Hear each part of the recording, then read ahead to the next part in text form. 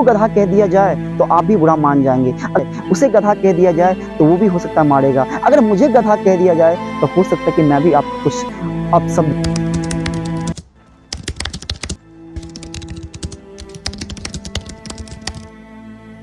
हमारा समाज बिल्कुल रॉटन एक सा बन चुका है, बिल्कुल आउट ऑफ ऑर्डर सा हो चुका है, बिल्कुल माइंडसेट बदल चुकी है, बिल्कुल जज्बात बदल चुकी है, बिल्कुल एटीट्यूड बदल चुकी है।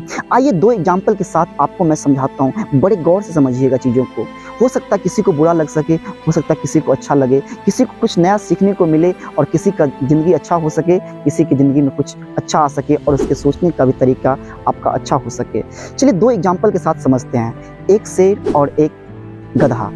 सबसे पहले मैं बात करता हूँ गधा का। गधा कभी आज तक किसी को कोई चोट नहीं पहुंचाया होगा। गधा एक हार्मलेस जानवर होता है। गधा हमेशा किसी न किसी के काम ही आता है। कभी हम इसे कंस्ट्रक्शन के तौर पे यूज़ करते हैं, तो कभी हम इसे राइडिंग के तौर पे यूज़ करते हैं, कभी हम इसे ट्रैवलिंग के लिए यूज़ करते हैं, कभी हम इसे लोडिंग के लिए इस्तेमाल करते हैं। लेकिन फिर भी गधा हमेशा मजाक का पात्र बना होता है। अगर आपको गधा कह दिया जाए तो आप भी बुरा मान जाएंगे, अगर किसी को गधा कह दिया जाए, उसे गधा कह दिया जाए तो वो भी हो सकता है मारेगा, अगर मुझे गधा कह दिया जाए तो हो सकता है कि मैं भी आपको कुछ अपशब्द में बोल दूं।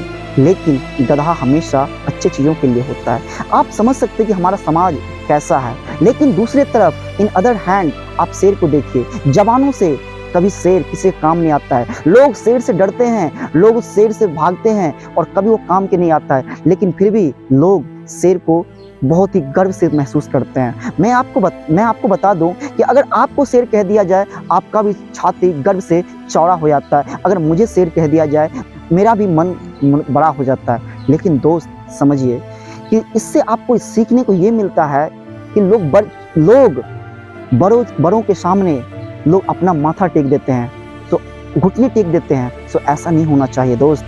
चीज़ों को हमेशा इक्वल भावना से देखो, चाहे बड़ा हो चाहे छोटा हो। हमारे समाज में भी हर एक प्रकार के लोग रहते हैं, तो ऐसा नहीं है कि जो गरीब लोग हैं उसे आप नीचे भाव से ट्रीट करो। चाहे कोई छोटा कास्ट का अगर आदमी है उसे नीचे भाव से देखो, कोई बड़ा कास्ट का अगर आदमी है उसे बड़े भाव से देखो।